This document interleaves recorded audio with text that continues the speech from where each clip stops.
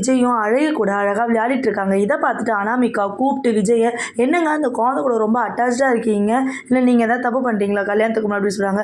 என்னம்மா இப்படிலாம் பேசுகிற, அதெல்லாம் எதுவும் இல்லைம்மா, அது ஒரு குழந்தை, அதனால பேசி விளையாடிட்டு இருக்க மாட்டாங்க. அப்போ போல பார்த்தீங்கன்னா சித்ராதேவி கோடீஸ்வரியை கேவலமாக பேசிகிட்டு இருக்காங்க. உங்கள் குடும்பமே இப்படி தான் அப்படி தான் சொல்லி ராஜலட்சுமி கோவம் வந்தது. சித்ராதேவி அவங்கள பேசுறதுக்கு உனக்கு என்ன ரைட்ஸ் இருக்குது, உனக்கு யார் இந்த உரிமையை கொடுத்துன்னு சொல்லிட்டு பயங்கரமாக திட்டுறாங்க. இதை கேட்டுட்டு மகாவும் கோடீஸ்வரி ரொம்ப சந்தோஷப்படுறாங்க. மகாவியோ கோடீஸ்வரியோ கீழ்த்தனமாக பேசுறதுக்கு உனக்கு எந்த உரிமையும் கிடையாது, அதனால அவங்கள பேசுகிற வேலைலாம் வச்சுக்காத, உன் வேலை என்னவோ அதை மட்டும் பாரு அப்படின்றாங்க. சூர்யாக்குமே பார்த்தீங்கன்னா அது ரொம்ப அதிர்ச்சி ஆகிடுது. தாத்தா பாட்டி ரொம்ப சந்தோஷப்படுறாங்க. ஏன்னா இப்போ தான் பார்த்தீங்கன்னா மகாவும் நல்லா பேச ஆரம்பிச்சிருக்கிறாங்க. கௌதமை கூப்பிட்டு பயங்கரமாக திட்டுறாங்க கோடீஸ்வரி.